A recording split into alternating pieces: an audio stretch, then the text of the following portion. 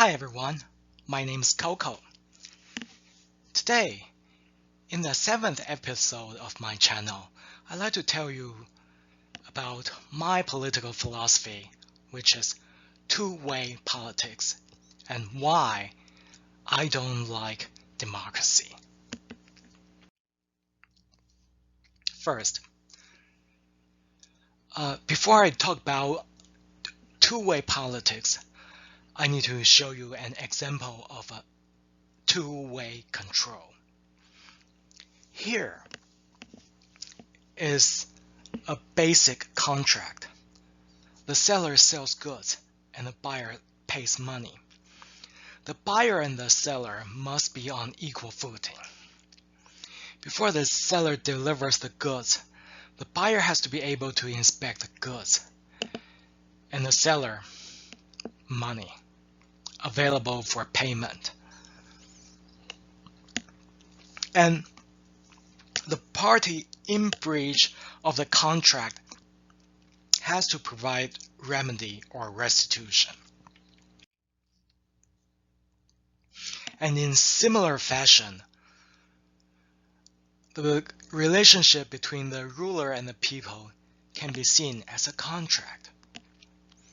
The ruler and the people must be on equal footing. The ruler delivers service, which is good results and good governance. And the people must show support. And support comes in the form of obeying the laws and paying taxes. And likewise, the party in breach of the contract has to provide remedy or restitution.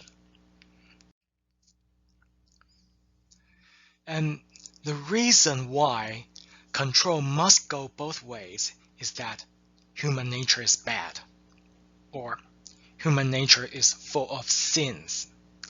And these sins are universal, and as universal as Newton's law of motion, or the ideal gas law, or Ohm's law. And a person's education, position in the government, social status, faith, or political doctrine has no effect whatsoever on his or her sins. Well, maybe 1 in a million can override such sins, but that number is negligible. And therefore, both the ruler and the people can be the source of turmoil. The examples we know are, for example, the first emperor of China, who was a junkie to the elixir of eternal life, or Nero in ancient Rome. And so, the people's response to bad service should be hire another service provider, and that is to change their ruler. And Machiavelli and Thomas Hobbes and the Chinese legalist philosopher Han Feizi have one problem in common. They all see the bad side of human nature in the people. They all agree that human nature is full of sins and human nature is bad. But suddenly, human nature becomes good in the ruler, and the ruler is free of sins without any explanation from these authors. And Koko's foundations of two-way politics is partly in science, because the Tao simulates nature, and many natural phenomena exist in pairs. For example, forces exist in pairs, according to Newton's third law of motion. And the DNA is a double helix, like two strings of molecules that form a double helix. And while accounting is not science, but debits and credits exist in pairs and stay balanced, meaning debits must equal credits. And in humanity, I have some sources from Chinese classics that create the foundations for two-way politics. The most important source is Zhuangzi, who says, "The wise man blends the positive and negative forces in the universe until such forces reach a state of natural balance. This is what two-way means. And this is my chief inspiration for two-way politics." And in a book called Guanzi, the author says, if the ruler does not act as a ruler should, then the minister does not need to act as a minister should. If the father does not act as a father should, then the son does not need to act as a son should. If the one in the higher position fails to perform his duty, the one in the lower position would not have the means to perform his duty. When the people in high and low positions are not in agreement, policies cannot be executed. So, this passage describes a contractual relationship, and they have both parties have to perform to make things work.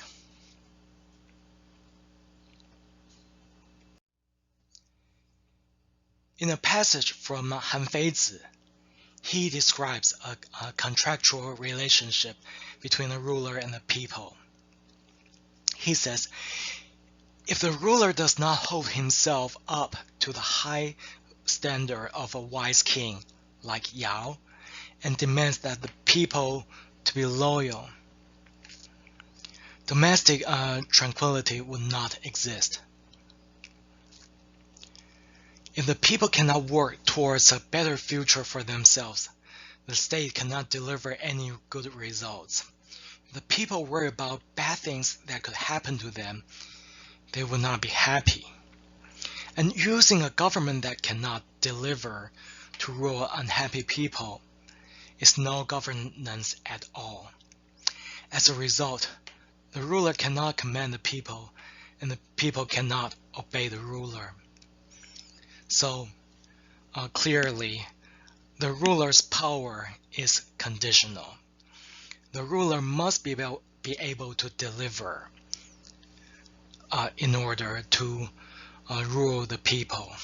Otherwise, the ruler has no legitimacy.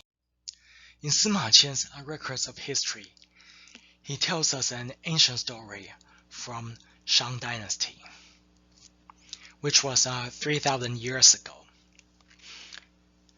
So, in the early stages of Shang Dynasty, 3 years after Overlord Dajia's coronation, he has proved himself to be a tyrant and ruined the good administration left by his father.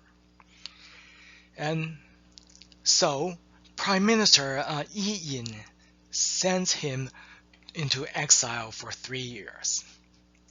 And Overlord Taijia repents and becomes a better person. And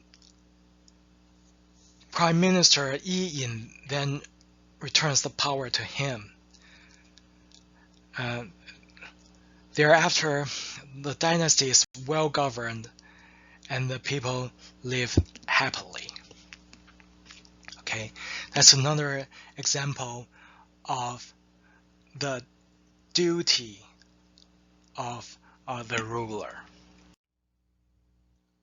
Next, I want to explain why I don't like the term democracy. Because democracy makes people think about voting and universal suffrage, but a lot of things cannot be decided at the ballot box.